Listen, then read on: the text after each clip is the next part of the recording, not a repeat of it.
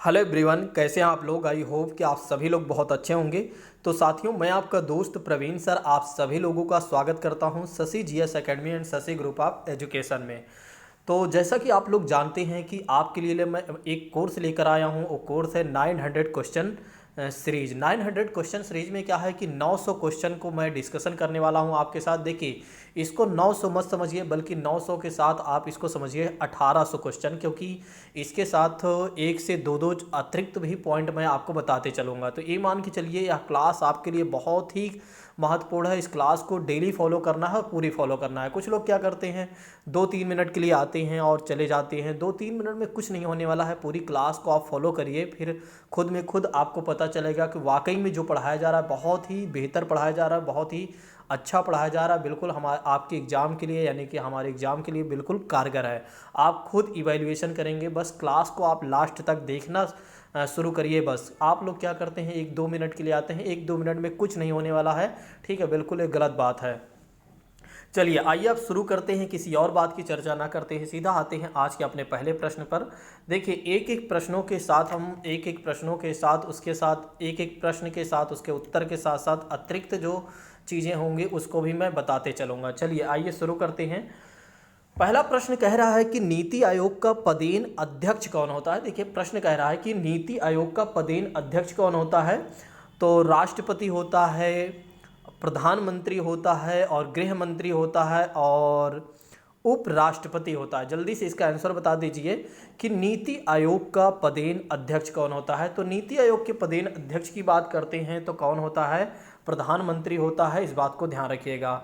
अब इसमें अगर हम बात करें राष्ट्रपति के बारे में, तो राष्ट्रपति कौन होता है, देश का प्रथम नागरिक होता है, तीनों सेनाओं का सर्वोच्च कमांडर होता है, ठीक है। और दूसरी बात करते हैं, हमारे राष्ट्रपति महोदय के पास 3 प्रकार की आपातकालीन शक्तियाँ, वे कौन कौन सी हैं, 352, 356, 360। 352 क्या कहती है, राष्ट्रीय आपातकाल लागू किया जा सकता है। 356 के तहत राष्ट्रपति शासन लागू किया जा सकता है राज्यों में। और 360 क्या है, वित्तीय आपातकाल लागू किया जा सकता है, जो कि अभी तक भारत में कभी भी वित्तीय आपातकाल लागू नहीं हुआ है, ठीक है। आइए समझते हैं प्रधानमंत्री के बारे में। देखिए, प्रधानमंत्री के बारे में यदि बात करें तो या तो यह लोकसभा का सदस्य होगा या तो राज्यसभा का सदस्य होगा।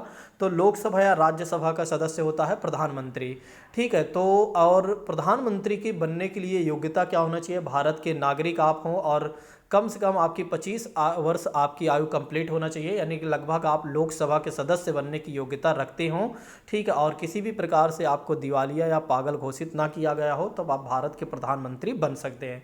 देखिए, प्रधानमंत्री का निर्वाचन नहीं होता, बल्कि प्रधानमंत्री की नियुक्ति की जाती है। और किसके द्वारा की जाती है, राष्ट्रपति महोदय के द्वारा की जाती है। तो ध्यान रखिएगा, राष्ट्रपति महोदय के द्वारा प्रधानमंत्री की नियुक्ति की जाती है, ना कि निर्वाचन किया जाता है। लोकसभा के सदस्यों का निर्वाचन किया जाता है, ना कि एक तरीके से प्रधानमंत्री का निर्वाचन किया जाता है। हाँ, ये समझ सकते हैं, इसको समझने के लिए आप कह सकते हैं कि जब लोकसभा का चुनाव होता है तो ये समझ लीजिए कि आप कह सकते हैं कि हाँ, प्रधानमंत्री का चुनाव हो रहा है, ठीक है। जब विधानसभा का चुनाव हो रहा है तो आप ये कह सकते हैं कि मुख्यमंत्री का चुनाव हो रहा है, ठीक है, यानी कि मुख्यमंत्री के लिए चुनाव हो रहा है। दूसरी बात करते हैं इसके संदर्भ में, लेकिन यहाँ केवल चुनाव हो रहा है, उसके सदस्यों का ही चुनाव होता है, ठीक है। इसीलिए यहाँ पर नियुक्ति शब्द का यूज किया गया है, क्योंकि प्रधानमंत्री नियुक्ति करते हैं, राष्ट्रपति नियुक्ति करते हैं किसके, प्रधानमंत्री के, ठीक है। तो इस बात को ध्यान रखिएगा। आइए समझते हैं थोड़ा सा नीति आयोग के बारे में कुछ अतिरिक्त जानकारी।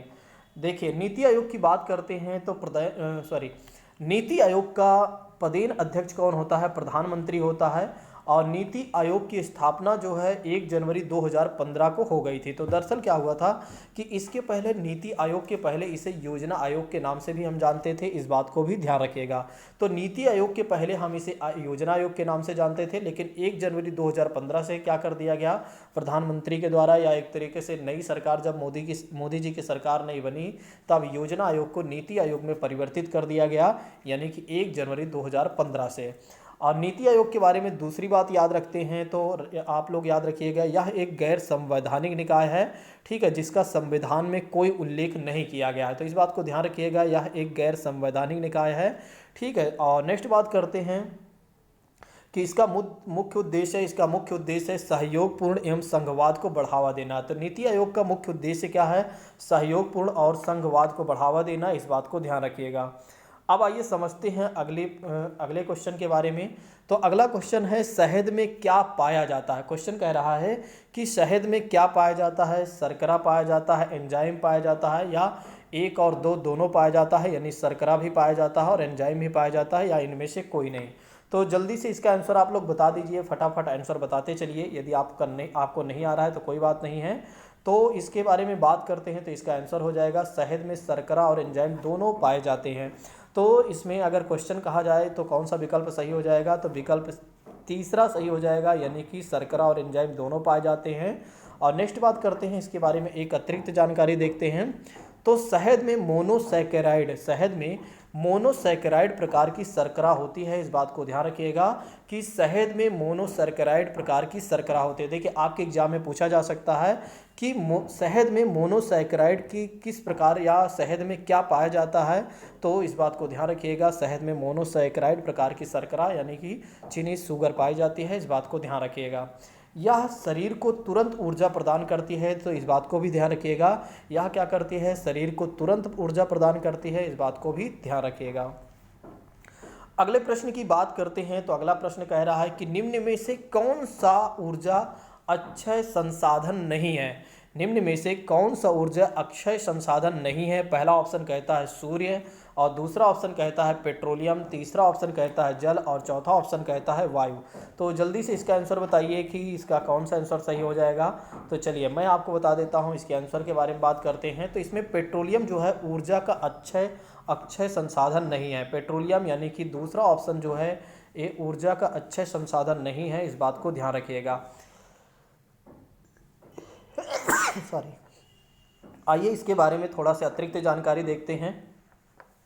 तो यह ऊर्जा का अक्षय संसाधन है, जबकि सूर्य जो है सूर्य से सौर ऊर्जा प्राप्त सूर्य से सौर ऊर्जा प्राप्त किया जा सकता है। जल से जल ऊर्जा प्राप्त किया जा सकता है, और वायु से वायु ऊर्जा प्राप्त किया जा सकता है। और ये क्या है, अक्षय संसाधन है। ये क्या है, अक्षय संसाधन है। इस बात को ध्यान रखिएगा। और इनका क्या है, पुनर्निर्माण किया जा सकता है। देखिए इनका जो है एक तरीके से सौर ऊर्जा अगर एक बार ख़त्म होती है तो दोबारा इसका निर्माण किया जा सकता है, मतलब दोबारा आपको प्राप्त हो। लेकिन पेट्रोल ख़त्म हो जाने पर, देखिए अगर एक बार पेट्रोलियम ख़त्म हो गया या पेट्रोल ख़त्म हो जाता है, जैसे ये जीवाश्म ईंधन के रूप में होता है, एक बार ख़त्म हो गया तो पेट्रोल बनने में लाखों साल लग जाते हैं, लाखों करोड़ों साल लग जाते हैं पेट्रोल को बनने में। लेकिन सूर्य को आप देख सकते हैं कि सूर्य की रोशनी आपको डेली प्राप्त होती है, जल आप डेली प्राप्त कर सकते हैं, वायु आप डेली प्राप्त कर सकते हैं। तो इसलिए क्या है, अक्षय संसाधन है। इस बात को ध्यान रखिएगा। और इसीलिए यहाँ पर कहा गया है कि इसका पुनर्निर्माण यानी कि दोबारा निर्माण किया जा सकता है। अगर सौर ऊर्जा से यानी कि सौर ऊर्जा खत्म हो जाती है तो आप दोबारा इसका निर्माण कर सकते हैं दूसरे दिन आपको। लेकिन अगर पेट्रोल यानी कि पेट्रोल पूरी तरीके से ख़त्म हो गया, हमारे एक तरीके से खनिज संसाधन में देखा जाए तो पेट्रोल एक बार ख़त्म हो गया तो दोबारा पेट्रोल जल्दी से नहीं बनेगा। ठीक है, इसको बनने में काफ़ी समय लगता है। चलिए अगले प्रश्न की बात करते हैं। तो अगला प्रश्न कह रहा है, वसा की कमी से होने वाले रोग का प्रमुख लक्षण निम्न में से कौन सा है। वसा की कमी से होने वाला रोग का प्रमुख लक्षण निम्न में से कौन सा है। पहला ऑप्शन कहता है गुर्दे की खराबी, और दूसरा ऑप्शन कहता है हार्मोनिक असंतुलन, और तीसरा ऑप्शन कहता है विकास की दर मंदित होना, और चौथा ऑप्शन कहता है कि एक तरीके से चेहरे पर सूजन। जल्दी से इसका आंसर बता दीजिए। तो जल्दी से इसका आंसर बता दीजिए। चलिए मैं आप लोगों को बता देता हूँ इसके आंसर के बारे में। तो इसका आंसर कौन सा हो जाएगा, इसका आंसर हो जाएगा दूसरा, यानी हार्मोनिक असंतुलन। ठीक है, तो वसा की कमी से होने वाले रोग जो है वो एक तरीके से हार्मोनिक असंतुलन के लक्षण दिखते हैं। इस बात को ध्यान रखिएगा। तो इसके बारे में आइए समझते हैं थोड़ा से और अच्छे से। तो वसा की कमी से होने वाला रोग जो है, रोग का प्रमुख लक्षण क्या है, हार्मोनिक असंतुलन है। और हार्मोनिक असंतुलन की बात करते हैं, हार्मोनिक असंतुलन की बात करते हैं। तो हार्मोनिक असंतुलन के कारण ही व्यक्ति क्या होता है, व्यक्ति मोटा या पतला होता है। तो इसके असंतुलन के कारण क्या होता है, व्यक्ति मोटा या पतला होता है। इस बात को ध्यान रखिएगा कि हार्मोनिक असंतुलन अगर किसी व्यक्ति में लक्षण पाए जाते हैं, या हार्मोनिक संतुलन नामक के लक्षण किसी व्यक्ति में पाए जाते हैं, तो वह व्यक्ति या तो मोटा होगा या तो पतला होगा। इस बात को ध्यान रखिएगा। अगले प्रश्न की बात करते हैं। तो अगला प्रश्न कह रहा है कि निम्नलिखित में से कौन सा जानवर अंडे देता है। निम्नलिखित में से कौन सा जानवर अंडे देता है। वेल, पेंगुइन और डॉल्फिन और स्लॉथ। जल्दी से इसका आंसर बता दीजिए कि निम्नलिखित में से कौन सा जानवर जो है अंडे देता है, अंडे देता है। तो इस बात को जल्दी से आप लोग बता दीजिए। तो इसके बारे में यदि हम बात करते हैं, तो इसके आंसर के बारे में बात करते हैं, तो यहाँ पर दूसरा ऑप्शन सही हो जाएगा, यानी पेंगुइन जो है एक तरीके से अंडे देता है। इस बात को ध्यान रखिएगा।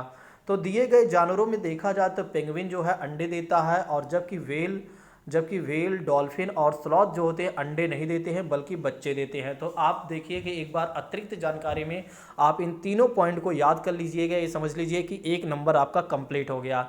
यहाँ पर जो एक तरीके पेंगुइन जो है एक तरीके से पक्षी है जो अंडे देता है, ठीक है। और दूसरी बात करते हैं कि वेल और डॉल्फिन और स्लॉथ क्या करते हैं, अंडे नहीं देते हैं बल्कि ये बच्चे देते हैं, बच्चे को जन्म देते हैं। इस बात को ध्यान रखिएगा। आइए समझते हैं अगले क्वेश्चन के बारे में।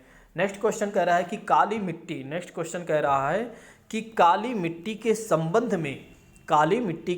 में निम्न में से कौन सा कथन असत्य है। काली मिट्टी के संबंध में निम्नलिखित में से कौन सा कथन असत्य है।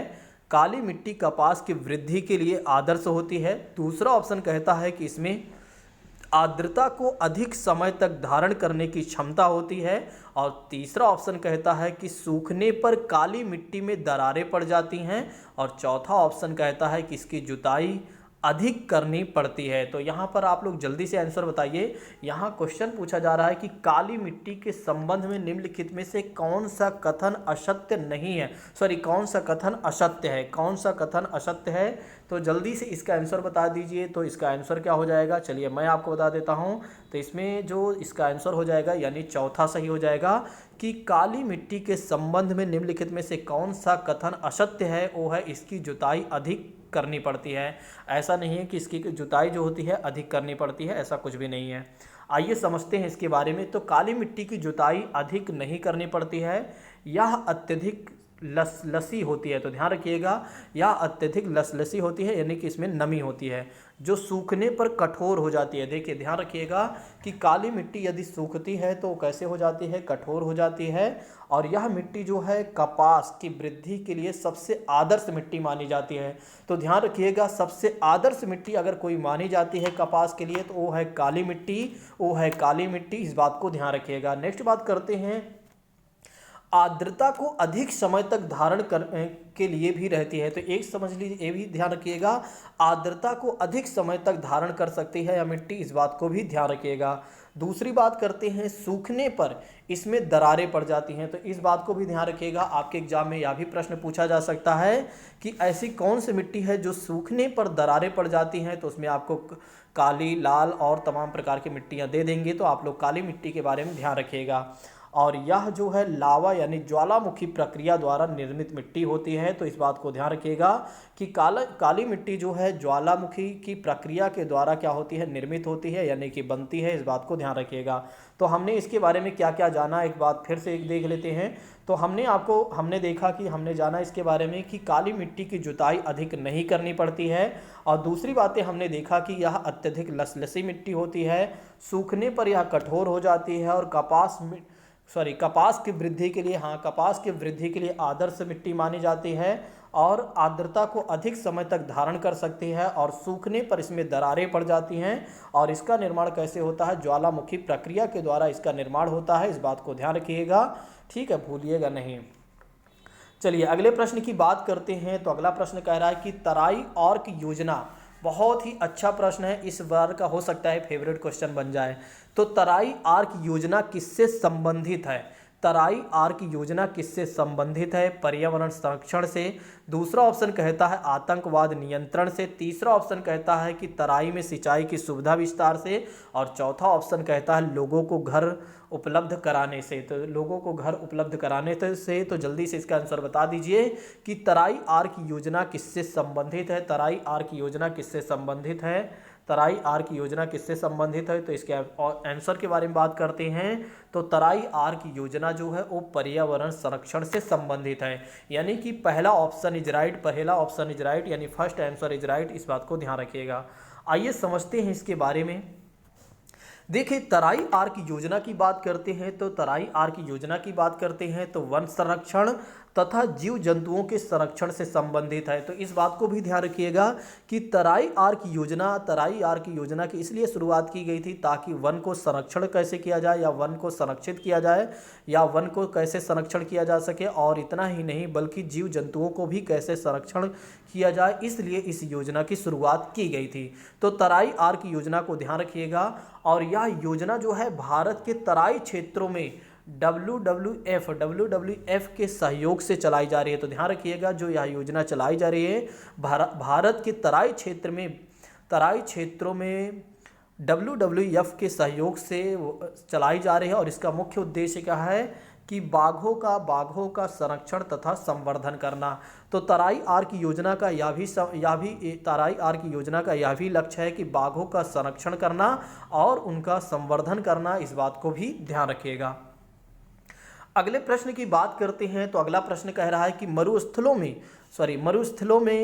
मरुस्थलों में रहने वाले जंतु दिन के अधिक तापमान से बचने के लिए क्या करते हैं? बड़ा अच्छा प्रश्न है।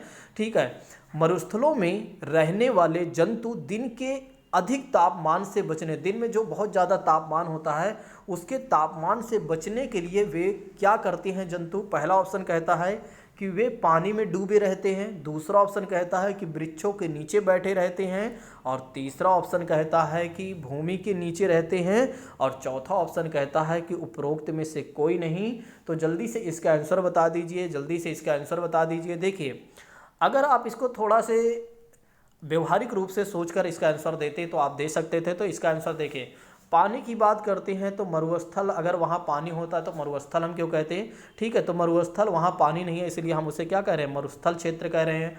वहाँ वृक्ष नहीं है इसलिए भी हम उसे मरुस्थल क्षेत्र कहते हैं। तो जीव जंतु क्या करते हैं? अधिक तापमान से बचने के लिए जब वहाँ पानी नहीं है, वृक्ष नहीं है, तो भूमि के नीचे रहते हैं। इस बात को ध्यान रखिएगा। ठीक है, आइए समझते हैं इसके बारे में। वैसे हमने बता ही दिया है तो वही जानकारी यहाँ पर भी है। चलिए अगले प्रश्न की बात करते हैं। तो अगला प्रश्न कह रहा है कि तने के रूप में प्राप्त किन सब्जियों को हम अपने भोजन में प्रयोग करते हैं? तने के रूप में प्राप्त किन सब्जियों को हम अपने भोजन के रूप में प्रयोग करते हैं? आलू, अरबी और प्याज, पत्ता गोभी, फूल गोभी, खीरा, लौकी, सीताफल, और चौथा ऑप्शन कहता है कि पालक, मेथी, धनिया। तो जल्दी से इसका आंसर बता दीजिए कि तने के रूप में प्राप्त होने वाली कौन कौन सी सब्जियां हैं जिन्हें हम भोजन के रूप में प्राप्त करते हैं। अगर आपको याद हो तो इसके बारे में हमने आपको पहले से बहुत अच्छे से पढ़ाया है, पहले भी इसके बारे में हमने जानकारी दिया है, लेकिन कोई बात नहीं, इसका आंसर हो जाएगा पहला, यानी कि आलू, अरबी और प्याज। इस बात को ध्यान रखिएगा। आइए समझते हैं इसके बारे में। तो तने के रूप में प्राप्त वे सब्जियां जिन्हें हम खाते हैं उनके नेम है आलू, प्याज, अरबी, अर्थात ये सब तने के रूप में रूपांतरित रहते हैं। इस बात को ध्यान रखिएगा। अगले प्रश्न की बात करते हैं। तो अगला प्रश्न कह रहा है कि इनमें से कौन सा परस्थाने यानी कि एक्स सीटू संरक्षण का उदाहरण है? एक्स सीटू संरक्षण का उदाहरण है वनस्पतिक उद्यान और डीएनए बैंक और चिड़ियाघर और ये सभी। जल्दी से इसका आंसर बता दीजिए कि इनमें से कौन सा परस्थाने एक्स सीटू संरक्षण का उदाहरण है। बहुत ही अच्छा प्रश्न है, इसका आंसर जल्दी आप लोग बता दीजिए। तो अगर देखा जाए तो इसके आंसर के बारे में बात करें तो एक्स सीटू की बात करते हैं तो ये सभी हैं। ठीक है, परस्थाने मतलब कि जो जीव जंतु होते हैं उनको एक स्थान से दूसरे स्थान पर ले जाकर संरक्षण किया जाता है यदि वे एक तरीके से संकट में रहते हैं। तो दूसरे जगह पर जैसे वनस्पति विज्ञान में हम ले जाकर उन्हें डीएनए बैंक में, उनके मतलब एक तरीके से कह सकते हैं उनके जो स्पर्म वगैरह होते हैं या उनके जो मेन चीज़ें होती हैं उसको डीएनए बैंक में रखा जा सकता है, और चिड़ियाघर वगैरह में ले जाकर हम रख सकते हैं या रखा जाता है। तो इसके बारे में आइए बात कर लेते हैं कि परस्थानिक संरक्षण का उदाहरण है वनस्पतिक उद्यान, डीएनए बैंक और चिड़ियाघर, और पौधा संवर्धक जीन बैंक आदि भी है।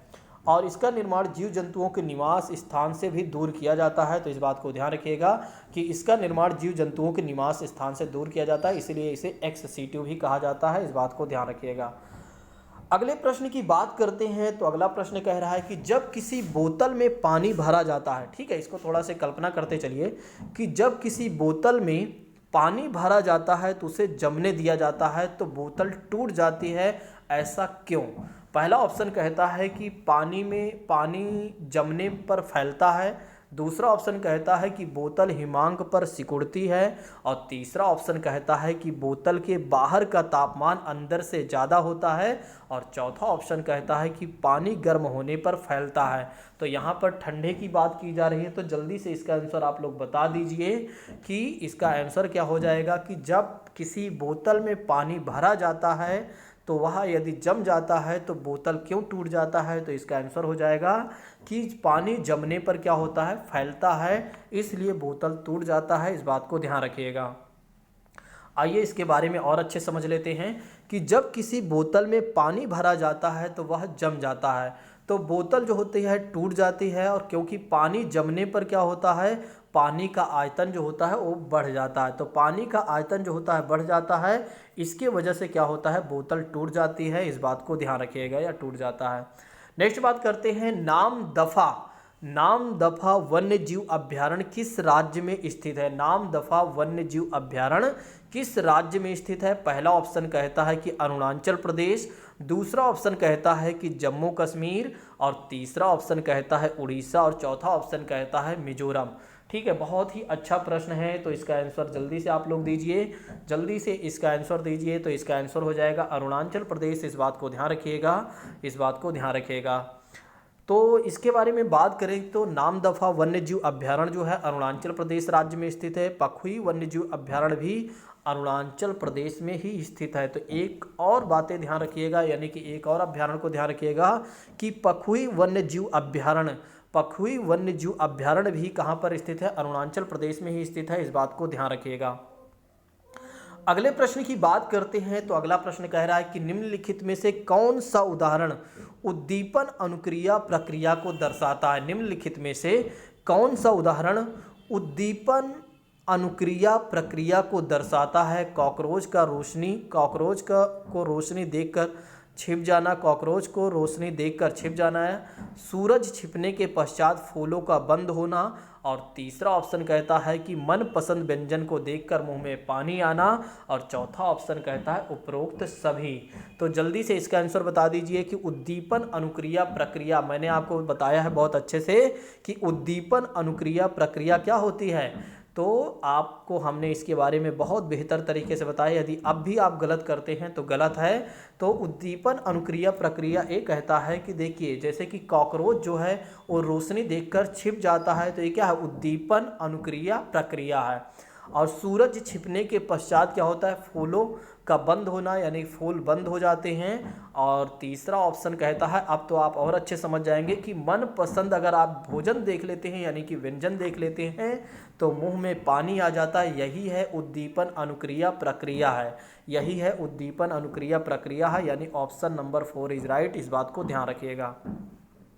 अगले प्रश्न की बात करते हैं, तो अगला प्रश्न कह रहा है कि भारतीय क्षेत्र में स्थित 2 ज्वालामुखी द्वीप कौन से हैं। भारतीय क्षेत्र में स्थित 2 ज्वालामुखी द्वीप कौन से हैं। एक तो कावरत्ती, पहला ऑप्शन कहता है कावारत्ती न्यूमोर, दूसरा ऑप्शन कहता है कि पंबन एवं बैरन, और तीसरा ऑप्शन कहता है कि बैरन एवं नारकोंडम, चौथा ऑप्शन कहता है ग्रेट अंडमान व लिटिल निकोबार। इस बात को जल्दी से इसका आंसर आप लोग बताइए। तो इसका आंसर क्या हो जाएगा, इसका आंसर हो जाएगा कि भारतीय क्षेत्र में स्थित 2 ज्वालामुखी जो हैं, 2 ज्वालामुखी द्वीप जो हैं वो हैं बैरम एवं नारकोंडम है। इस बात को ध्यान रखिएगा, भूलिएगा नहीं। तो भारतीय क्षेत्र में देखा जाए तो 2 ज्वालामुखी बैरन एवं नारकोंडम है, ये अंडमान निकोबार द्वीप समूह में स्थित है। तो ध्यान रखिएगा, ये स्थित कहाँ पर है, ये स्थित कहाँ है, अंडमान निकोबार द्वीप समूह में, अंडमान निकोबार द्वीप समूह में। इस बात को ध्यान रखिएगा। और इनमें से बैरन सक्रिय ज्वालामुखी है। तो एक और अतिरिक्त जानकारी में ध्यान रखिएगा, एक और बात ध्यान रखिएगा कि बैरन जो है सक्रिय ज्वालामुखी है, जबकि नारकोंडम जो है सुसुप्त ज्वालामुखी है। तो इस बात को ध्यान रखिएगा। मुझे लगता है इसको एक बार आप अपने नोट्स में मेंशन कर लीजिएगा कि बैरन जो है एक सक्रिय ज्वालामुखी है और नारकोंडम जो है वो सुसुप्त ज्वालामुखी है। इस बात को ध्यान रखिएगा। अगले प्रश्न की बात करते हैं, तो अब आइए हम बात करते हैं कि साइकोलॉजी, यानी कि अभी आपने देखा कि ईवीएस के सारे क्वेश्चन, अब आइए हम समझते हैं कि साइकोलॉजी से किस तरह से हमारे एग्जाम में प्रश्न पूछे जाएंगे। ठीक है, तो साइकोलॉजी वाले चैप्टर में अब आते हैं।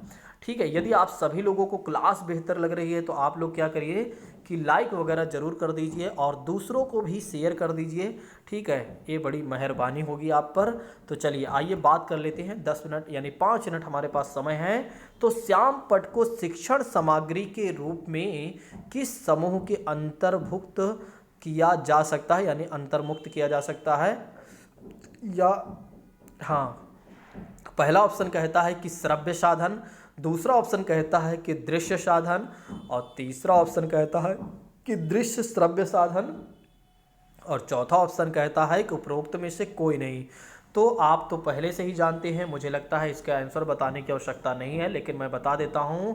इसका आंसर हो जाएगा दृश्य साधन के रूप में आप क्या करते हैं, श्याम पट को शिक्षण के सामग्री के रूप में यूज करते हैं। इस बात को ध्यान रखिएगा। चलिए नेक्स्ट बात करते हैं, अगले प्रश्न की बात करते हैं। तो अगला प्रश्न कहता है कि निम्न में से कौन सा शिक्षण कुशलता से संबंधित है? निम्न में से कौन सा शिक्षण कुशलता से संबंधित है? पहला ऑप्शन कहता है कि श्याम पट पर लिखना और दूसरा ऑप्शन कहता है कि प्रश्नों को हल करना, तीसरा ऑप्शन कहता है कि प्रश्न पूछना और चौथा ऑप्शन कहता है कि उपरोक्त सभी। तो बड़ा अच्छा प्रश्न है, शिक्षण कुशलता से संबंधित है। तो भैया शिक्षण कुशलता की बात करते हैं तो श्याम पट पर लिखना भी सही है, प्रश्नों को हल करना भी, यानी कि टीचिंग स्किल में देखा जाए तो श्याम पट पर लिखना भी सही है और प्रश्नों को हल करना भी सही है और प्रश्न पूछना भी सही है। जब ये तीनों सही है तो चौथा ऑप्शन सही हो गया। चलिए अगले प्रश्न की बात करते हैं। तो अगला प्रश्न कह रहा है कि निम्नलिखित में से कौन सा शिक्षक से संबंधित अधिगम को प्रभावित करने वाला कारक है? बड़ा अच्छा प्रश्न है। ठीक है, तो निम्नलिखित में से कौन सा शिक्षक से संबंधित अधिगम को प्रभावित करने वाला कारक है? विषय वस्तु में प्रवीणता, दूसरा ऑप्शन कहता है कि बैठने की उचित व्यवस्था और तीसरा ऑप्शन कहता है कि शिक्षण अधिगम संसाधन की उपलब्धता और चौथा ऑप्शन कहता है कि विषय वस्तु या अधिगम अनुभवों की प्रकृति। जल्दी से इसका आंसर बता दीजिए। बहुत ही अच्छा प्रश्न है। तो इसके उत्तर की बात करते हैं। तो यहाँ पर विषय वस्तु में प्रवीणता जो है अधिगम को प्रभावित करने वाला कारक है। इस बात को ध्यान रखिएगा। अगले प्रश्न की बात करते हैं। तो बहुत ही अच्छा प्रश्न है, इसका उत्तर आप लोग सोच समझ कर दीजिएगा। ठीक है, जल्दी से जल्दबाजी मत करिएगा, इसका आंसर जल्दी से मत दीजिएगा, सोच समझ कर दीजिएगा। ठीक है, तो राज्य स्तर की एक एकल गायन प्रतियोगिता, मतलब एक गायन प्रतियोगिता के लिए विद्यार्थियों को तैयार करते समय, मतलब विद्यार्थियों को तैयार किया जा रहा और उस समय विद्यालय जो है लड़कियों को वरीयता ज़्यादा देता है। अब यहाँ पर जो है लड़कियों को विद्यालय क्या कर रहा है, सबसे ज़्यादा प्रायोरिटी यानी कि वरीयता दे रहा है। तो यह क्या दर्शा रहा है? लैंगिक पूर्वाग्रह, वैश्विक प्रवृत्तियाँ, प्रयोजनात्मक उपागम, प्रगतिशील चिंतन। तो जल्दी से इसका आंसर बता दीजिए। तो इसका आंसर बहुत ही साधारण है, मुझे पता है कि आप लोगों को पता होगा। तो इसका आंसर हो जाएगा लैंगिक पूर्वाग्रह। यहाँ पर दर्शा रहा है, लैंगिक पूर्वाग्रह दर्शा रहा है, इस बात को ध्यान रखिएगा। अगले प्रश्न की बात करते हैं। तो अगला प्रश्न कह रहा है, बस 2-3 मिनट और वेट करिए। ठीक है, अगले प्रश्न की बात करते हैं। तो आपकी कक्षा में एक बालक बड़ों से तू तड़ाक करके बोलता है और बालक के इस अशिष्ट व्यवहार को दूर करने के लिए आप क्या उपाय करेंगे? अब इसको आप मत कहिएगा कि सर आपने मुझे नहीं पढ़ाया है। अगर मैंने नहीं भी पढ़ाया है तो आप अपने व्यवहारिक ज्ञान के आधार पर इस प्रश्न को सॉल्व कर सकते हैं। ठीक है, तो बहुत ही अच्छा प्रश्न है। तो आप क्या करेंगे बताइए, ऐसे बालक के साथ आप क्या करेंगे? बालक को सबके सामने आप क्या प्रताड़ित करेंगे? पहला ऑप्शन, बालक के माता पिता से उसे प्रताड़ित करने के लिए कहेंगे। तीसरा ऑप्शन कहता है कि बालक को समझाएंगे कि अपने से बड़ों को आप कहा जाता है तथा साथ ही आप भी अपने से बड़ों को भूल कर भी तू तड़ाक नहीं करेंगे। और आप बालक को आप यह कहकर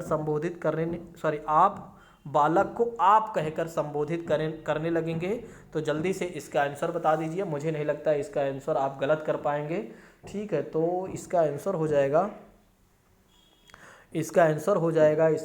जाएगा चौथा। यहाँ पर दे रहा है कि आप बालक को आप कहकर अगर संबोधित करेंगे तो बच्चे में क्या होगा, सीख ज़्यादा आ सकती है। वैसे अगर देखा जाए तो तीसरा ऑप्शन भी थोड़ा सही है।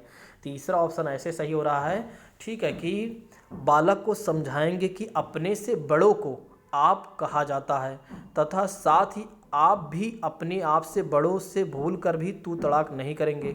ठीक है, तो मतलब एक तरीके से यहाँ से अगर देखा जाए तो इस हिसाब से यहाँ तक में अगर देखा जाए तो ये आंसर सही हो जाता है। लेकिन यहाँ कह रहा है कि साथ ही आप भी अपने से बड़ों से भूलकर तू तड़ाक भी नहीं करेंगे।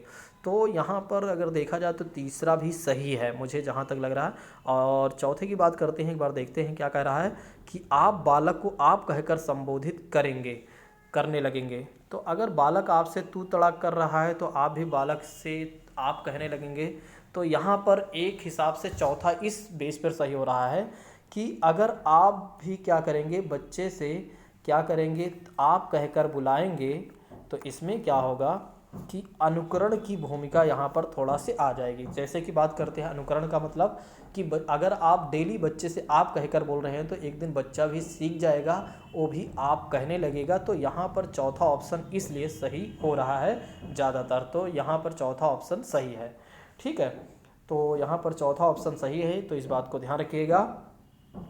पांचवा भी सही है, लेकिन यहाँ पर थोड़ा से यहाँ की बात से थोड़ा से गलत हो रहा है, इसलिए ऑप्शन तीसरा मुझे जहाँ तक लग रहा है गलत है और चौथा ऑप्शन सही है। बाकी आप क्या विचार करते हैं, आपका स्वयं का विचार हो सकता है, आप इस आंसर को आप लोग अपने हिसाब से दे सकते हैं। ठीक है, चलिए अगले प्रश्न की बात करते हैं। तो अगले प्रश्न की बात करते हैं कि समाजीकरण की प्रक्रिया में अनुकरण को उपयोगी तथा विकासात्मक बनाने के लिए आवश्यक तत्व हैं। समाजीकरण की प्रक्रिया में अनुकरण को उपयोगी तथा विकासात्मक बनाने के लिए आवश्यक तत्व हैं। पहला ऑप्शन कहता है परिवार एवं पड़ोस, दूसरा ऑप्शन कहता है कि गांव एवं शहर, और तीसरा ऑप्शन कहता है देश एवं राजनीति, चौथा ऑप्शन कहता है परिवहन और संचार। तो बहुत ही अच्छा प्रश्न है, बहुत ही सरल प्रश्न भी है, तो इसका उत्तर हो जाएगा परिवार एवं पड़ोस। इस बात को ध्यान रखिएगा। अगले प्रश्न की बात करते हैं। तो सीखने की प्रक्रिया में अभिप्रेरणा पहला ऑप्शन कहता है कि विद्यार्थी की स्मरण शक्ति को पैना बनाती है, दूसरा ऑप्शन कहता है कि पिछले सीखे हुए नए अधिगम से अलग करती है, तीसरा ऑप्शन कहता है कि विद्यार्थी को एक दिशा में सोचने की योग्य बनाती है, और चौथा ऑप्शन कहता है कि विद्यार्थियों में सीखने के प्रति रुचि का विकास करती हैं। तो जल्दी से इसका आंसर बता दीजिए। तो इसका आंसर हो जाएगा चौथा सही हो जाएगा। तो विद्यार्थियों के सीखने के प्रति रुचि का विकास करते हैं। चलिए अगले प्रश्न की बात करते हैं, दो और प्रश्न बचे हुए हैं। तो सीखना समृद्ध हो सकता है, सीखना समृद्ध हो सकता है यदि वास्तविक दुनिया से उदाहरणों को कक्षा में लाया जाए और जिसमें विद्यार्थी एक दूसरे से अंतःक्रिया करें और शिक्षक उस प्रक्रिया को सुगम बनाए। दूसरा ऑप्शन कहता है कि कक्षा में अधिक से अधिक शिक्षण सामग्री का प्रयोग किया जाए, और तीसरा ऑप्शन कहता है कि शिक्षक विभिन्न प्रकार के व्याख्यान और स्पष्टीकरण का उपयोग करें, और चौथा ऑप्शन कहता है कि कक्षा में आवधिक परीक्षाओं पर अपेक्षित ध्यान दिया जाए। तो जल्दी से इसका आंसर बता दीजिए, आठवां का आंसर क्या हो जाएगा। तो आठवां का आंसर हो जाएगा पहला सही हो जाएगा, इस बात को ध्यान रखिएगा। चलिए अगले प्रश्न की बात करते हैं। तो निम्नलिखित में से कौन सी सामाजिक रूप से वंचित समस्या नहीं है। निम्न में से कौन सी सामाजिक रूप से वंचित की समस्या नहीं है। सीखने के लिए प्रेरणा का अभाव, सृजनशीलता को पोषित होने के अवसर नहीं मिलना, और रहने के लिए स्वास्थ्य परिवेश। चौथा ऑप्शन कहता है कि विद्यालय में पक्षतापूर्ण वातावरण का सामना करना। तो जल्दी से इसका आंसर बता दीजिए। तो इसका आंसर हो जाएगा कि सीखने के लिए प्रेरणा का अभाव। तो आज के अंतिम प्रश्न की बात करते हैं, आज के लास्ट प्रश्न की बात करते हैं। तो शिक्षण प्रक्रिया में विद्यार्थी